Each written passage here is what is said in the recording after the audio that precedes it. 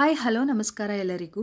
ಇವತ್ತು ಇನ್ಸ್ಟಂಟ್ ಆಗಿ ಜೋಳದ ಹಿಟ್ಟನ್ನ ಉಪಯೋಗಿಸ್ಕೊಂಡು ಬನ್ ದೋಸೆ ಹೇಗೆ ಮಾಡೋದು ಅಂತ ನೋಡೋಣ.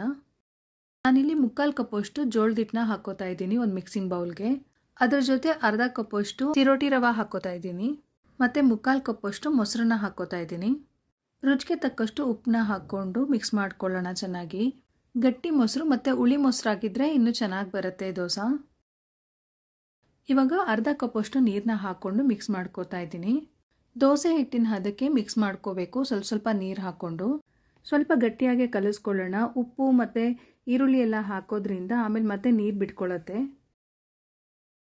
ನಾನು 3/4 ಕಪ್ಪಷ್ಟು ನೀರನ್ನ ಉಪಯೋಗಿಸಿದ್ದೀನಿ ಇದನ್ನು ಕಲಿಸುವಾಗ. ನೀಟಾಗಿ ಮಿಕ್ಸ್ ಮಾಡ್ಕೊಂಡಾದಮೇಲೆ 1 ನಿಮಿಷ ಚೆನ್ನಾಗಿ ಬೀಟ್ ಮಾಡಬೇಕು.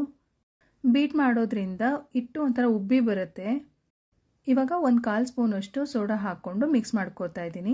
ಸೋಡಾ ಹಾಕಿದ್ಮೇಲೆ ತುಂಬ ಹೊತ್ತು ಮಿಕ್ಸ್ ಮಾಡೋದು ಬೇಡ, ಹಾಗೆ ಲೈಟಾಗಿ ಮಿಕ್ಸ್ ಮಾಡಿದ್ರೆ ಸಾಕು. ಇನ್ಸ್ಟಂಟಾಗಿ ಮಾಡ್ತಾ ಇರೋದ್ರಿಂದ ಸೋಡಾ ಹಾಕಲೇಬೇಕು, ಹಾಕದೇ ಇದ್ದರೆ ಚೆನ್ನಾಗಿ ಬರಲ್ಲ. ಇವಾಗ ತರಕಾರಿಗಳನ್ನ ಸೇರಿಸ್ಕೊಳ್ಳೋಣ. ಮೊದಲಿಗೆ 2 ಹಸಿಮೆಣಸಿನ್ಕಾಯಿನ ಸಣ್ಣದಾಗಿ ಹೆಚ್ಚಿ ಹಾಕ್ಕೋತಾ ಇದ್ದೀನಿ. ಸ್ವಲ್ಪ ಈರುಳ್ಳಿ, ಸ್ವಲ್ಪ ಕ್ಯಾಪ್ಸಿಕಮ್, ಕ್ಯಾರೆಟ್ನ ತುರಿದು ಹಾಕ್ಕೋತಾ ಇದ್ದೀನಿ.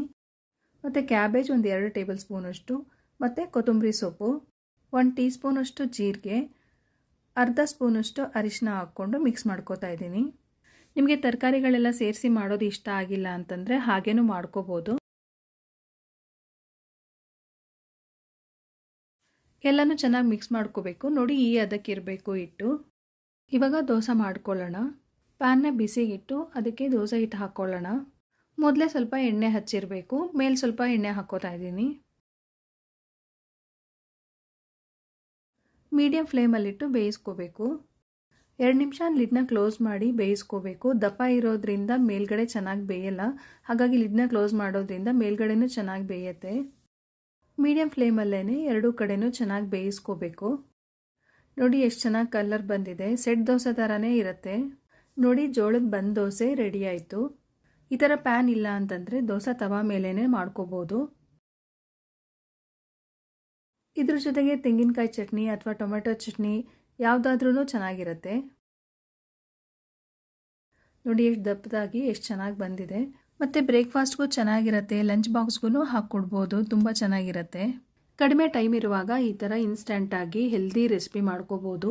ಒಂದೊಂದು ಸಾರಿ ಏನೂ ಉಳಿಯಲ್ಲ, ಏನು ಮಾಡಬೇಕಪ್ಪ ಅಂತ, ಆ ಟೈಮಲ್ಲಿ ಈ ಥರ ಹೆಲ್ದಿ ರೆಸಿಪಿ ಮಾಡ್ಕೋಬೋದು. ಬೇಗನೆ ಆಗೋವಂಥ ರೆಸಿಪಿ ಇಷ್ಟ ಆದರೆ ಲೈಕ್ ಮಾಡಿ. Thank you for watching.